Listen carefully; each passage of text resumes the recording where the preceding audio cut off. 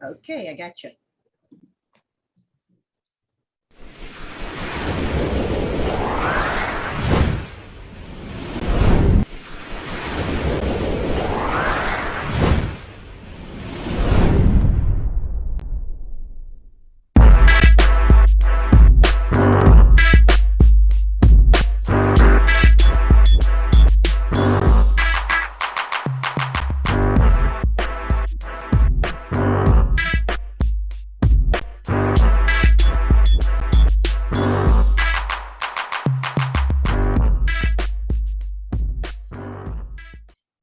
Thanks for joining us for Master Coaches Wednesday Weekly Buzz and our after show Buzz Reaction.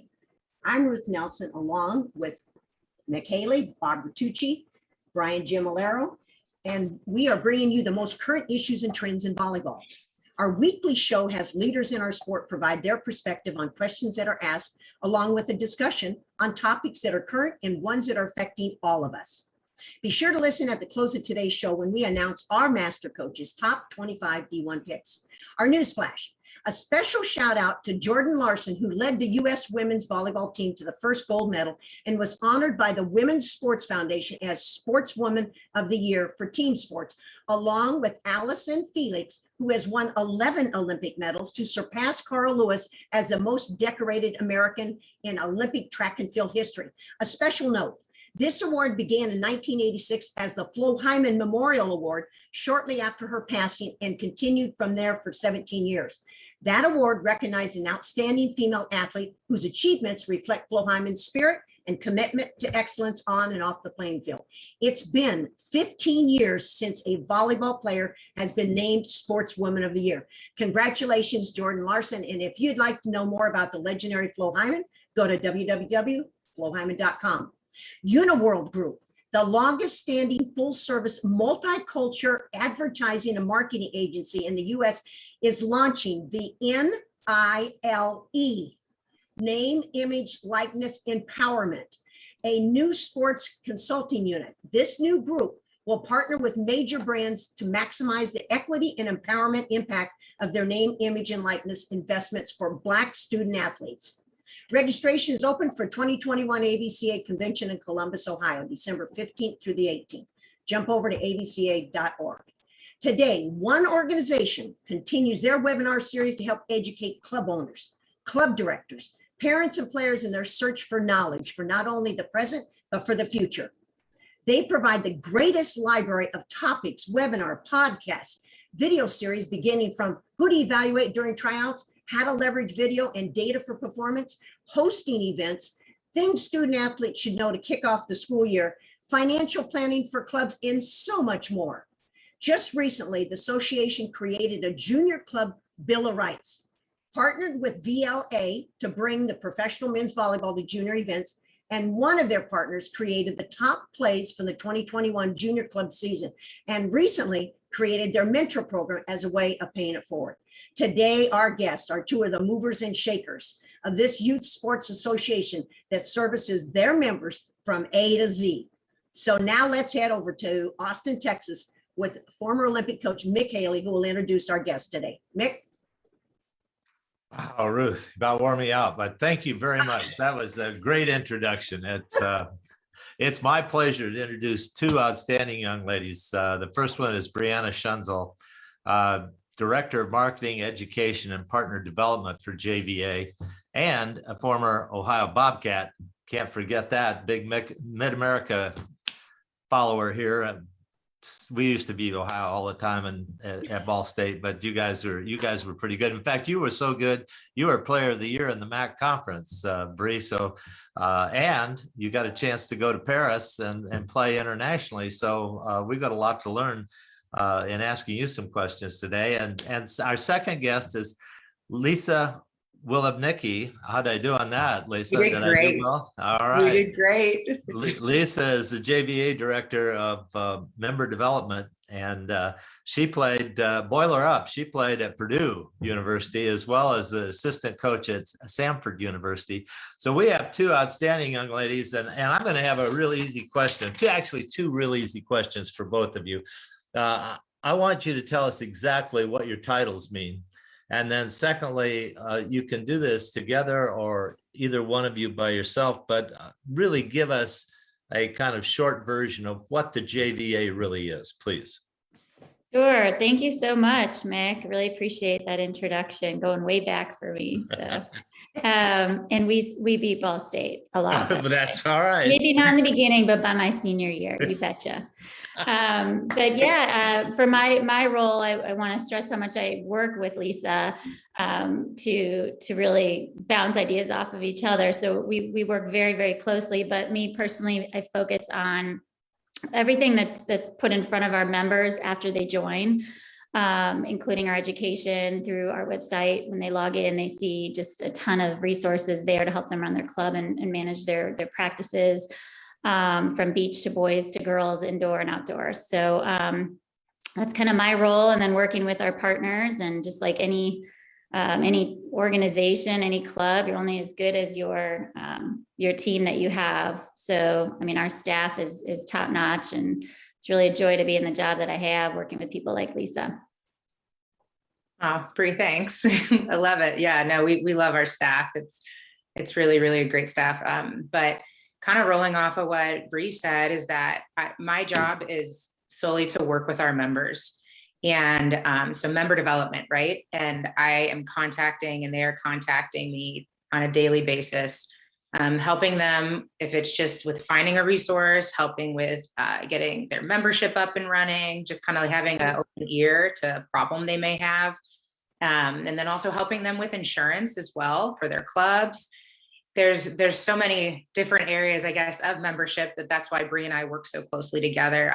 We just kind of bounce things off each other, but also our awards that's directly related to our membership and things like that. So that's kind of what our roles are. But Bree, I can go into a little bit about just a quick blurb of JVA. Easily put, we're a trade association for junior club volleyball and junior club directors. We help them with education and resources, and we are solely focused on the junior clubs. So that's our job, and it's just to stay in our lane with helping our junior clubs grow and prosper and run their businesses, and education, resources, events, everything that they need, we're here to help them with. That's the short version. Brian had some questions about all those associations. Yeah. Hi, both of you. It's nice to have you. By the way, a quick aside. Ruth mentioned about what was called the Flo Hyman Award. Everybody needs to know who Flo was. I don't mean to stray away here, but I've been really lucky in volleyball. But one of my luckiest things I ever was fortunate to know was Flo. Getting to know Flo, what a great player and how she changed the game. And she was even a better person. But we'll go on from there. But I'm glad you mentioned that award. And I'm glad a volleyball player won, finally. Okay, I want to know, if the two of you, what's the relationship between AAU and JVA first? That's my first question.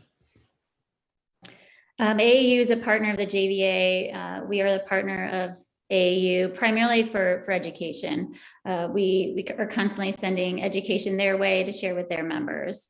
So just providing support for all the AAU club directors out there when they're looking for some information, like Lisa said, to really help them in all facets of running their junior volleyball club.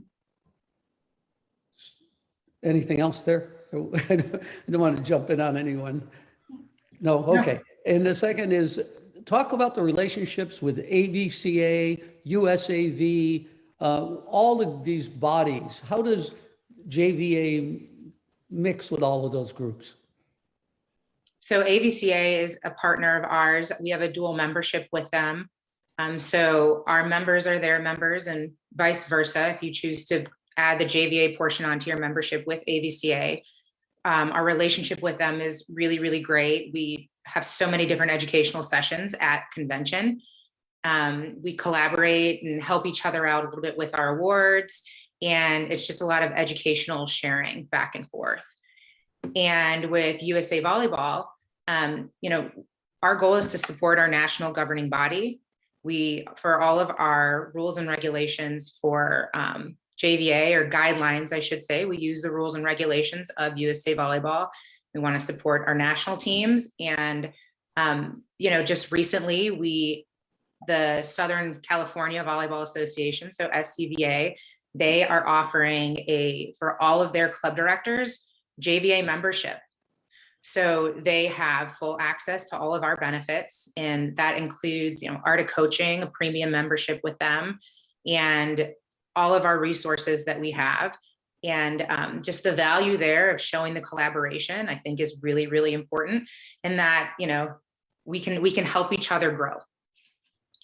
So, because I think, and I've been in volleyball forever, I really don't know, and I'm sure the public, club directors, players, parents, they don't know the relationship between all of the groups, and actually what one does compared to the other. Can you talk about any distinction between the groups? I think a main distinction is that our members are club directors, and a lot of parents and athletes are, they know they have a membership, right? The players have a membership with USA Volleyball. And in our regard, the club's members are the athletes.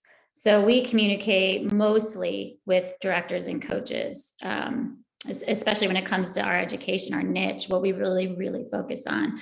We do put out a lot of content that reaches the athletes and parents, focused on mental health, yoga, fitness, choosing, is it better to be on a twos team or a ones team? Just kind of understanding the dynamic of tryouts and making decisions when looking for a club.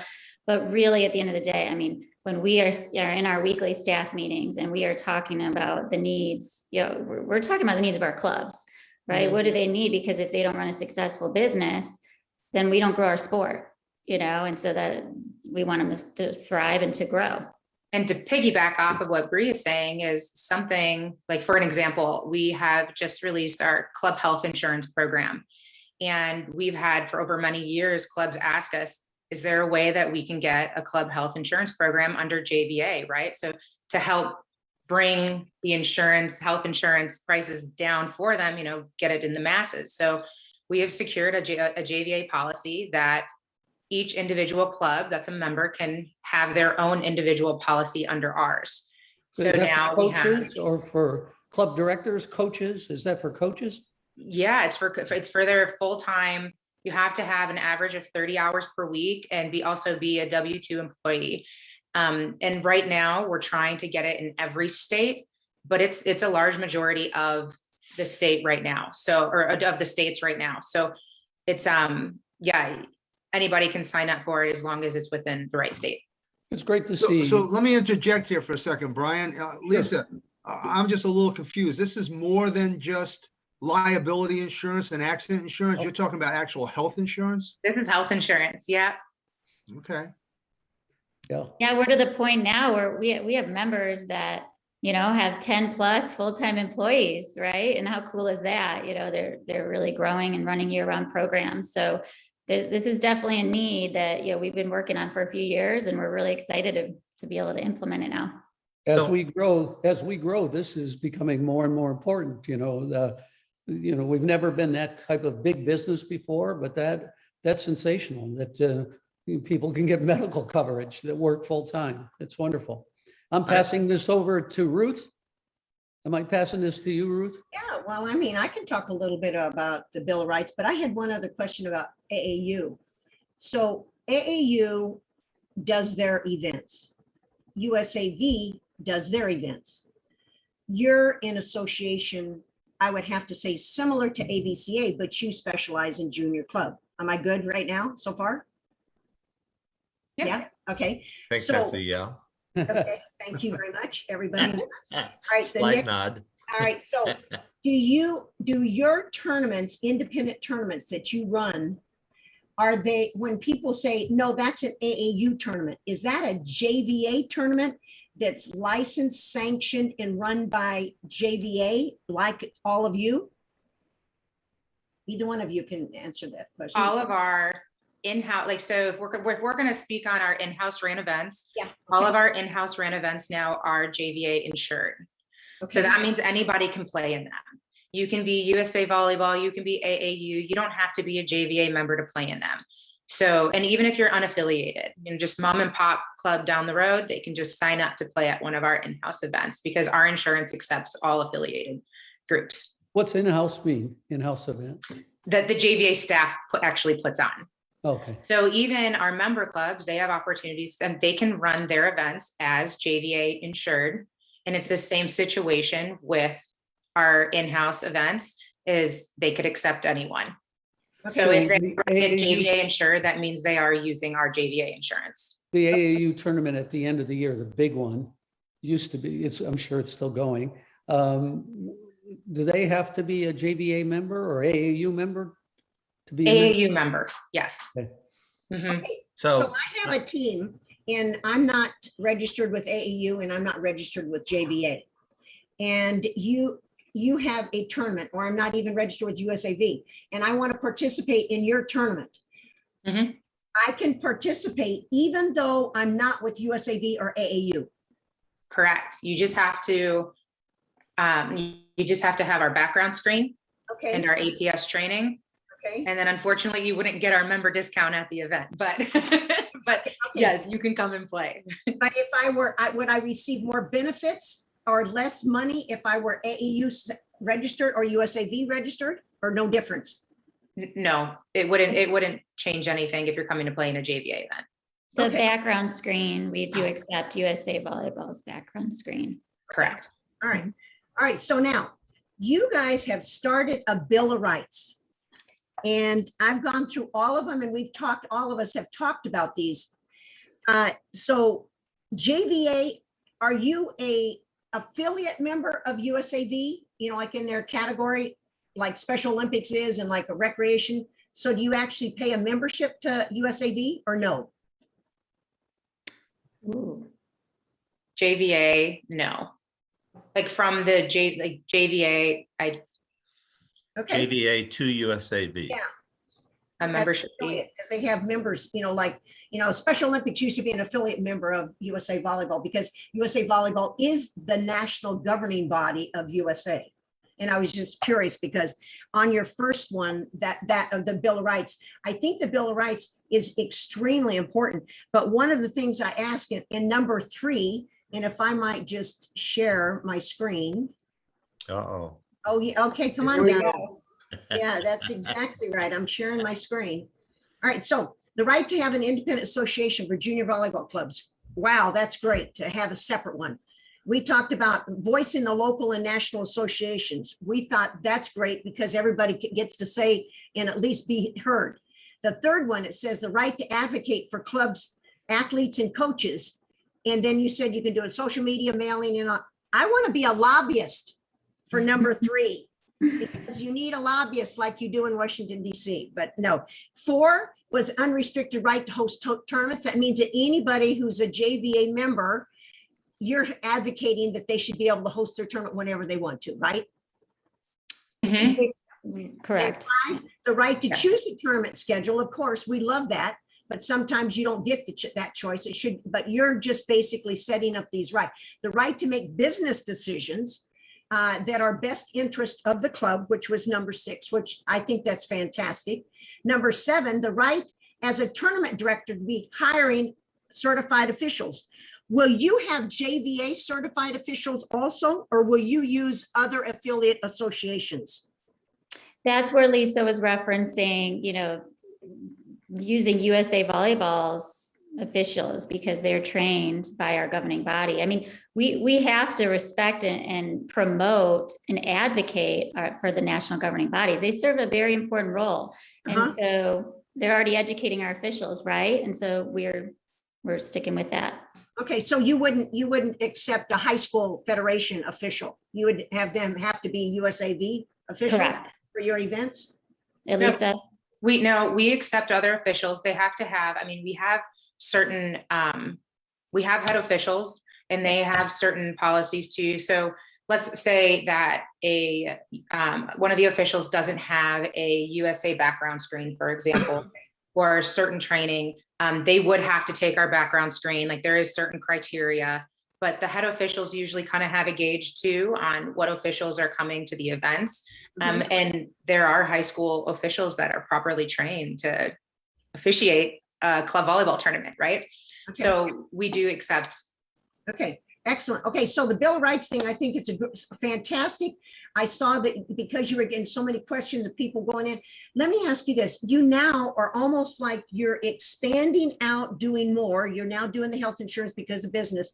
And there are so many other corporations that are out there trying to say they do the same thing as you, which we know they don't do the same education, because you're the #1 educator for junior club, official, everybody. So what happens with this whole intermingling of the corporations that are now coming in to not only just JVA, but USAV? It's affecting recreation, it's affecting AAU. I would just have to say competition is good. Yep. Collaboration is even better.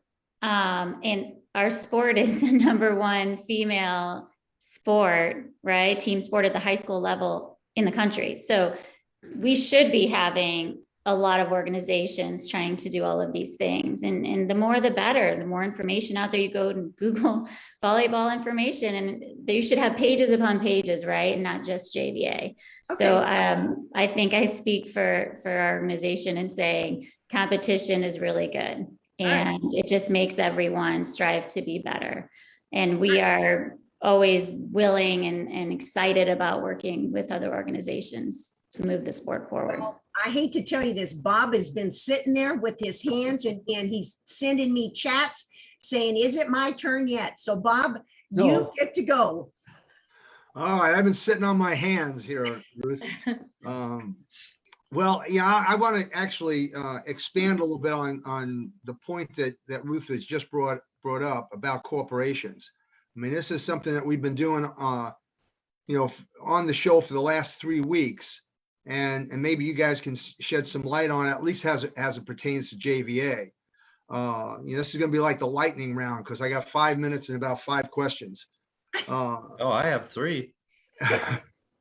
So I want to explore how some of these big corporations possibly could be affecting JVA. You talked about competition, and that's one of the things I say. I think that's great, but how else could be it affecting JVA? I think when I say we, JVA as a whole, if we stay to our mission and stay to our main focus, which is solely the junior club directors and the club volleyball space, and educating them, I really feel like it can't necessarily affect what our mission is, just because we stay very grounded with our focus.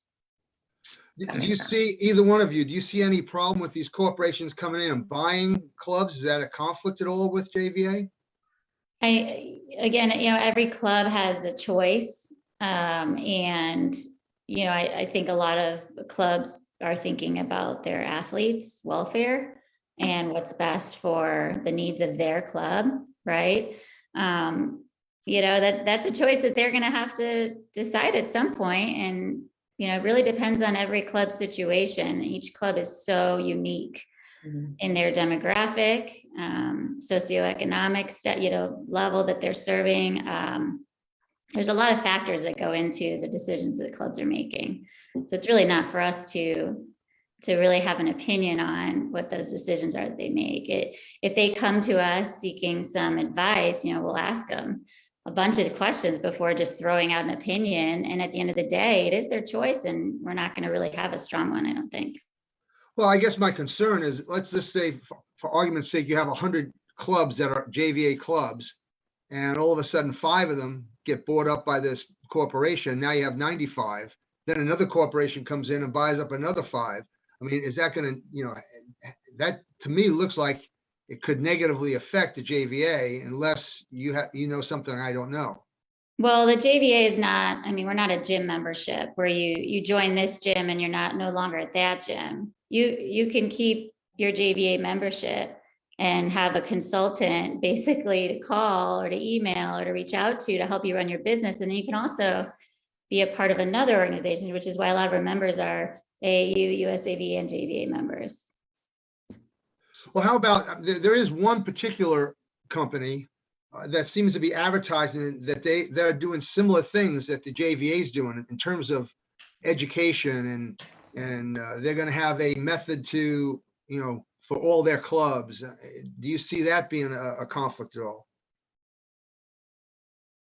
I don't. Mhm. I personally do not. And again, that could just be opinion. We have our grassroots, we have our groundwork that we've laid out for what we can offer clubs. And I think we're going to just continue to do that. Bob, can I jump in a second? Sure, So how sure, are you funded? Well, we are a non-for-profit organization, so really it's our World Challenge. We're pretty transparent as well with our money and how we use it. So we share with our members each and every year. I mean, the JVA World Challenge is our big event, that we put on. So just because we're running out of time, you're funded by events. Is that correct for the most part? Not entirely, but the World Challenge really is from the get-go. So what Bob's getting at, and this is critical, Bob. And this was my next question. So go ahead, Mick. Go ahead. Okay. Well, I should let you ask it if you, but I'm just afraid the end game might be, Briana, that these corporations are coming in and they want to run these big events. And as you just said, you give back to the clubs. I'm not sure if the corporations are going to do that or not, how that's going to work. We're trying to figure that out. I would hope that our established history would, our clubs respect that. And our events are amazing. I could be a little biased, but I think any club director that you would have that's been to one would agree. And our customer service is amazing. And, we'll stick to that. And again, I hope our history just gives clubs confidence in the JVA. So we'll see, right? Right. And actually that gets back to just competition. And maybe this is a good thing for volleyball all around. Like Brian had talked about a number of times, maybe these corporations will bring in, the car dealers and the Coca-Colas and everybody else, and volleyball just keep growing, and that'd be wonderful. You nailed it. Okay, one last question. Since we only have 1 minute, I'm going to ask it. What do you do about live streaming? Do you have any relationships with Volleyball World, Baller TV? And do you see this expanding over your other events? And I know that was a lot of things to ask at once, but it's really, how are you looking at your events as streaming stuff? Sure. I think most large events are now offering live streams, so ours are no different. We work with Flow Volleyball. Okay. Yep. And so they live stream all of our hosted and run tournaments. And I know Baller TV also is in the market with volleyball. So again, it's good. There's options, right? But our experience has been very, very good with Flow Volleyball. And so they are streaming all of the courts at our events this coming season again. Wow, that's fantastic. Is there anything that's streamed that's free, not paid membership, that you do? Kind of like what Volleyball World is doing. You jump on YouTube and you get to see all these international matches for free. Live, we do not offer that for our hosted and run events. Okay, Yeah, as much as I hate to say this, we are out of time. Thank you. Just Ladies, get thank you. Yeah. Wonderful. All right, Briana, Lisa, thank you very much. Thank you for Brian, having us. Lisa, thank you for being on our show today and providing us an overview of your JVA mission in providing junior club volleyball directors, coaches, parents, players, and club facility owners a place to find everything that is needed to become a successful business in the youth sports experience. Taking advantage of MasterCoaches Stream 18 full-length on-demand video series by heading over to our Instagram, Volleyball Master Coaches, our website, volleyballmastercoaches.com, and register for our newly released 18 video training package hosted by Coaches Insider. Missed one of our shows? Jump over to Instagram and click on our YouTube channel. Follow us on Facebook, Volleyball Master Coaches, Instagram and Twitter, VB Master Coaches. Want to make a difference? Please remember to renew your AVCA membership. This one organization that represents all coaches at all levels when lobbying for the changes that are needed in our sport. And you can make a difference by registering at avca.org. We now close out today's buzz, and please stay on as we will begin our recap with Master Coaches. A special thanks to our Buzz and Buzz Reaction digital partner, Dr. John Foreman, for being part of our show and being a micro influencer. And we wish him safe as he is traveling and doing some competition in his college schedule.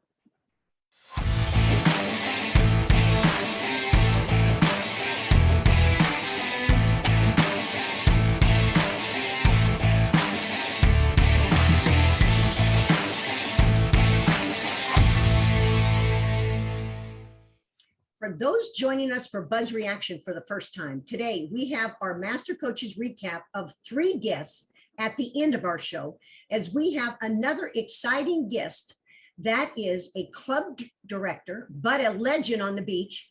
And recently his club is one of 10 cities in the newly formed LOVB, League One volleyball program. Be sure to stay to the end of today's Buzz Reaction so you can hear the Master Coaches top 25 ranking. So today, our third guest is Chris Hannenmann. He's been a domestic and international pro volleyball player since 1989. He became an outstanding player and coach of beach volleyball and has spent the last 25 years really into that at a very high level. He's also the founder of an energy drink company, Turbo Energy Drink, in 1913. And since then, he's designed and developed, I'm gonna hope I got this right. Is it Dakine Volleyball Club? Chris, is that right? Dakine Volleyball Club. Okay. I think he invented that drink in 2013, not 1913. Oh, well, I did go back only 100 years. That's okay. An anti-aging formula. Yeah, he and his family live in Puget We all Sound need in the that, Great Chris. Northwest, and we're going to welcome Chris with that introduction. Anything goes. Chris, thank you for coming on. Hey, thank you. I am so honored to be here, you guys. This is so much fun. Bob, hi again. Hey, nice to Chris, see you. nice to see you again. Yeah. So I know Bob's going to be very nice to me, so I'm not that nervous. Fire away. Let's talk. Well, you sent me a 2-paragraph email yesterday, Chris. That was great, and I thought it was so good that I thought we should draw most of our questions from that response, because it really goes about what you're doing with your club, and a little bit about the pro league. You know, all of us are in favor of more opportunities for women. We'll all agree to that. In fact, for men too, in volleyball, we want pro leagues. We want all of this stuff. And in researching all of this, we have questions maybe more about not the playing opportunities, but some other things. So we would just start out a little bit by asking you, how did you get into developing your club? What facilities do you have? And you know, I guess we'll get to have you sold your club, or what is your relationship with League One? We have our facility. We started at Alki Beach in Seattle doing some camps. That morphed into, we needed a larger place. 3 years after Alki, we got our place in Tacoma, University Place, Washington. It used to be a basketball academy. We put 3 indoor beach volleyball courts there, 3 hard courts that my wife runs the hard court side. And we have 2 outdoor beach volleyball courts. And we're planning to put a mini court for the kids outside as well. That Ruth will love that. A mini beach court for the kids. Yeah, so there's a big blue curtain that separates the beach side from the indoor side. And I always rib my wife on the beach side. The couches are along the sand. And on the other side, you have the aluminum bleachers. Benches, yeah. Yes, and the music's always pumping on the sand side, but. And then and so we've been, this is our 5th year in Tacoma, and we were approached by John Tawa, the volleyball author, and he stopped by to say hello and told us that we were on the radar of Love, and they'd like to talk about what they're doing, and that's how it started. So have you actually sold your club, or what is your relationship with League One?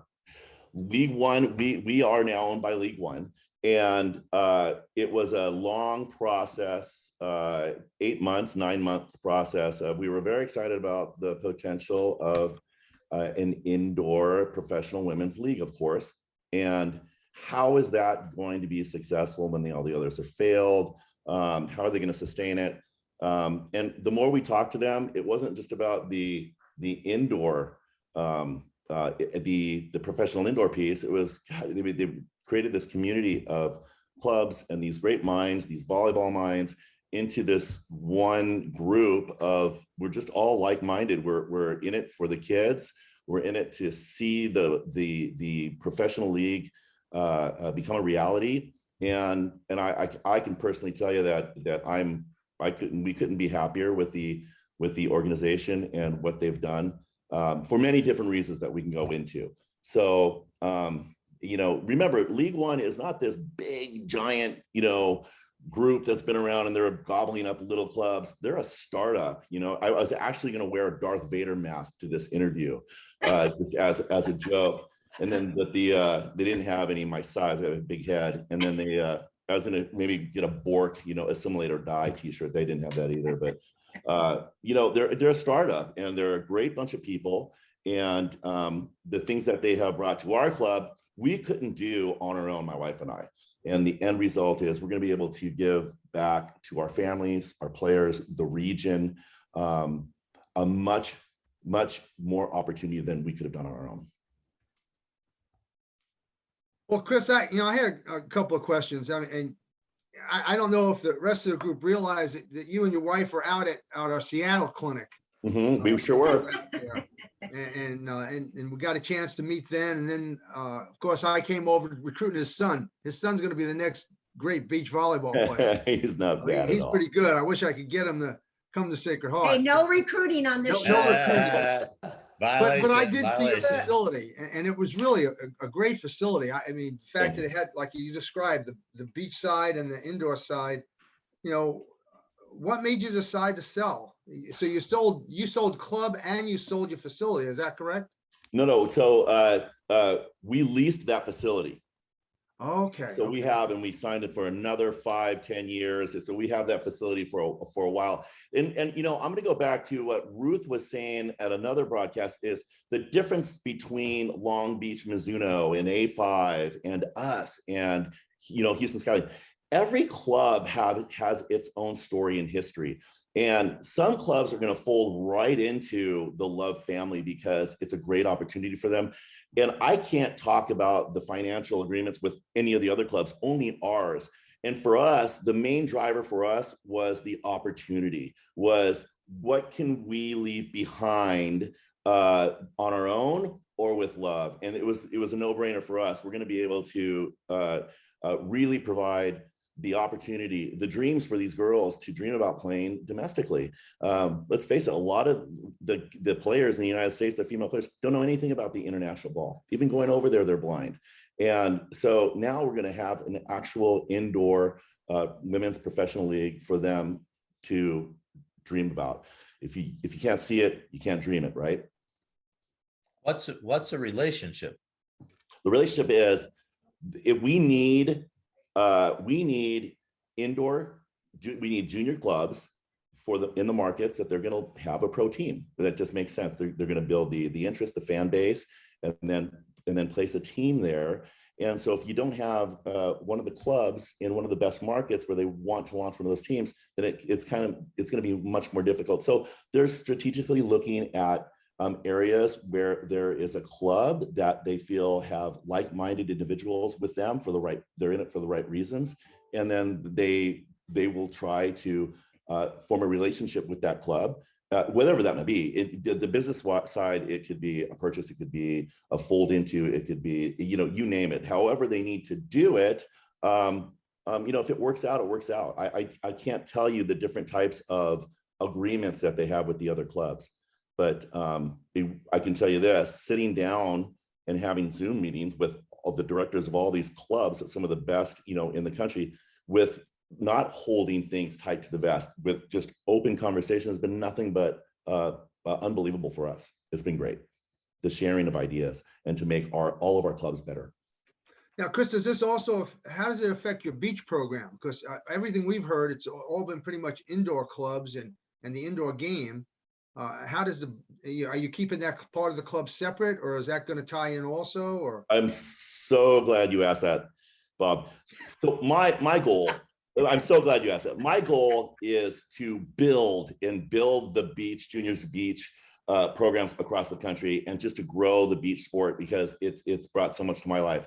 And I love Bree and Lisa you had on before. I do a bunch of stuff with them. They're fantastic. And so now I have an opportunity with Kevin Wong, with the McKibben brothers, to help all the clubs that come into the Love family create their own beach programs. And you'd be amazed at how many clubs do not have a beach program. So I'm really excited about my opportunity to help grow the beach game across the United States. Our beach club stays the same. Nothing changes. You know, we're a part of the community. Nothing changes. My wife runs the indoor side. I run the beach side. And we have opportunities to grow junior beach across the country now with clubs, with Love clubs that don't have a beach club of their own. Wow. Brian, I know you've got a question. You've been just like Bob was the last 30 minutes. Well, Chris, it's nice to see you again. You too. Brian Gimalero. I can see why you're successful, Chris. I'm very impressed. As a coach at Long Beach State for 32 years, and we weren't a part of the fraternity of colleges. I wore a Darth Vader mask. You know, so you can borrow mine. Okay. So what do you? I think it's wonderful. You know, I started the program at Long Beach State with the beach team, and we were lucky enough to win. And I just think beach is a business. Beach volleyball is a business is going to take off in the club level. So thank you. You're welcome. And then tell the public as much as you can about what kind of any details you're allowed to, or you can expound. You know, you can tell the public that would be good about the contract. What is good about the contract you signed? Okay, so again, Brian, each contract is going to be different for various reasons. We went with Love because of the support system that they bring to us. We're looking, you know, we've been looking in Seattle for another facility, you know, and they bring that opportunity to have the backing behind us to say, let's do this now. So our situation is different than others, but others are going to need a cash influx, you know, to help them. Others need admin support. So for us, the admin support, my wife is buried all the time with payroll, with memberships, with term, all that. So if the possibility of that being taken away from her was very exciting, so that we could do exactly what we want to do, which is coach and make our players better. Coach and make our players better, not worry about, you know, the flights, the hotels, so if you get it, each club is going to be different, and for their own reasons, they're going to come on board. And I haven't found any negatives yet with our deal, and from the conversations that we have with all the directors, neither have they. So it's been an exciting time for us. And what has your role changed, except some of the things are taken off your plate for your wife and yourself? Is within the contract, they're just really doing the same thing? Go. They say, do what you do. You know, let's train these kids. If you can help us on the beach, that'd be wonderful, which we've been doing. They just want to provide opportunities in any way they can. And they knew really very little about the beach. And so they're going to use my expertise to help build the beach programs across the country. So yeah, it's good. Yeah, nothing changes. We do go and do things exactly how we've been doing, except my wife has a lot more time to concentrate on the indoor side. And you guys are right, man. Getting those coaches together on the same page. She probably now finally have the time to do that. And when you guys coming back to Seattle, that's what I want to know. As soon as we can arrange it. Okay, I have a question. Bring us back. Let me just one more question. No, you have 1 minute. Oh, never mind. I'm out. And I didn't get to ask my question. All right, now you said that they are going to do the back end things, uniforms, website, hotel, airlines, everything. But there's no way they're sending somebody in to size uniforms. Don't you have to have a paid liaison person for all of this? No, within reason. There's stuff that they can do, you know, there's strength in numbers. So we can get a volume discount, great pricing on uniforms if we all use the same one. And remember, we don't have to do anything that they want to do. We run our club the way we run it. So again, like talking about the coaches, like we Jamie Morrison is going to come out with best practices, but we don't have to use those. Some of our coaches, as you know, the coaches are very headstrong and stubborn. Some want that, like, believe it or not, they want to do things the way they want to do it. And as long as they're successful and the families are happy, we're willing to go, okay, it's the same in every club. You can't tell every coach how to do the same thing. So again, they're going to offer support. We can take it, which we're going to take a lot of it, but sometimes you have a great relationship with your own vendor and you don't want to break that relationship. And they're like, that's okay. So we are out of time. I hate Come to tell you on. this. No, we'll have to have you back again, guys, right? We're going to have you There back. you go. Oh, Yeah, we need somebody like Chris to give Ruth a little bit more hard time. Yeah. Okay, now I promise I won't mutes put him us. on mute. That's right. Hey, we appreciate you coming on and providing us all the information about you and Love, and it gave us an honest overview of Totally. what's happening. So Hey. now let's jump to a few minutes to recap on Thanks, Buzz and Chris. Buzz reaction. Okay, and I Thanks, love Chris. Flo Hyman as well. She was my era. Yeah. All right. Bye, you All right. guys. Thanks again. Good You're seeing so you. welcome. Okay, let's talk about Buzz reaction guests from today before we disclose our Master Coaches Top 25 ranking. So let's go for it. Hey, look, guys, I love all of it. I thought the JVA ladies did a great job. But the question that I wanted them to ask is, isn't all the things they're doing the responsibility of the National Governing Association? Aren't all of those things the responsibility of USAV? So I'm wondering why we have two parallel organizations. If JVA can do this, why can't USAV do this? Or should JVA be the governing body? I don't know, but that's my thought there. Secondly, listening to Chris, I love the guy. Great energy, spirit, all of that. But I'm just a pessimist, you guys. You don't get something for nothing. Somebody comes in and buys you, they got to get something for it. They're just not giving you money for the heck of it and let you do your own thing. And JVA was a little bit naive when they thought that corporations wouldn't try to steal their events. I mean, that they better dig in, because those corporations have got more money, more backing, more ability to go after you than you know. I like everything. I heard everybody said all the right things, but I'm pessimistic here. I think there's some warning signs that people just should pay attention to. What do you guys think? Well, I can tell you what I thought today, and that was Facebook went down. You guys were talking like crazy and Facebook went down. And because also somebody had on a phone that was, the volume was up and it was repeating everything I did. So Facebook went down, somebody did that, and now we're just on recording. So you're making extra work for me today after we get off the show. So that has nothing to do with it. Brian It has hacked nothing to it. do with the show.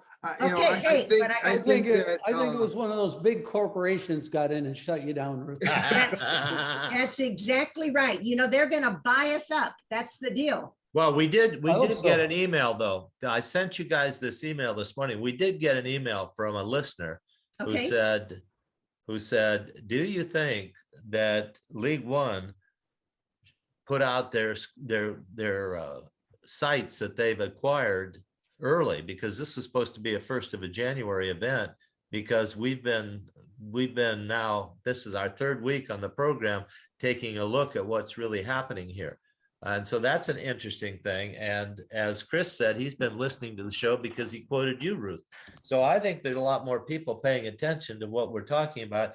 And we don't have a position on this. We're just trying to figure out if this is good or bad, and if there's anything we should watch out for. So I don't know, Bob, you and Brian haven't really jumped in on this, but I'd like to hear your opinions. Go ahead, Bob. No, wait, All right, before well- that, it's Bob's fault that we started this because he called Bob Westerbrook. He's the reason why this whole thing has happened. So if anyone wants to blame anyone having to do new releases early, it's on you, Bob. all right, blame it all on me. That's fine. Got It's it. You okay. can take it, Bob. I wanted to ask Chris if now he's on salary. I mean, I would assume he is. And the only danger there is, how long will they keep you on salary? Will you stay on salary? Obviously, it is a real benefit to and I can relate to, Chris's wife. My wife's in the same position with all our camps, doing a lot of that, back end work. And you can take that off the plate. It's, it's just life's better, so there could be some real positives. And the girls in JVA talking about the competition. Well, heck, I think that's the whole reason JVA came into existence.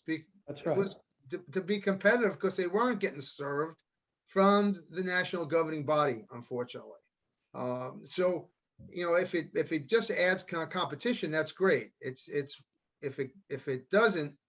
it starts to monopolize things, that becomes the disadvantage. They sure went around the block not to say that. USA Volleyball never had the staff desire, whatever reason. They did not have the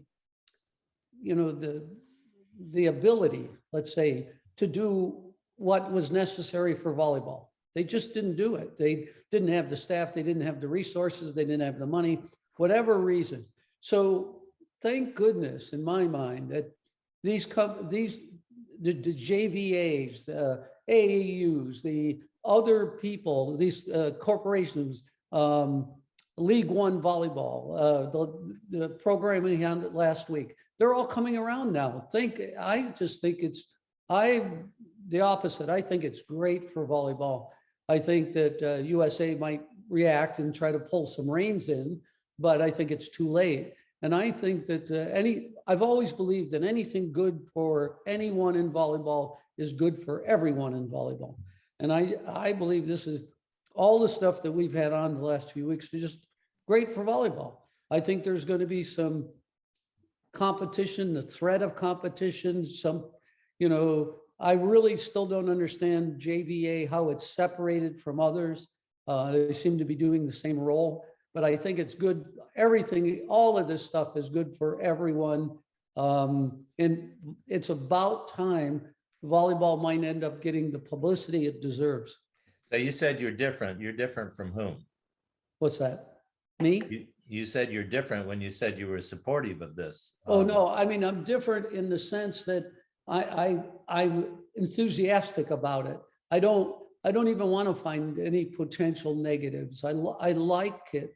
The negatives will come up, but right now, let's spring forward and see what happens. I think one thing that we haven't really gotten into was events, and Mick started to bring it up, and I had that as one of my questions. Sure. For the JVA. Sure. I mean, you got if League One, has their head person is on the board of USA Volleyball. All right. Well, they're obviously making connections with USA Volleyball.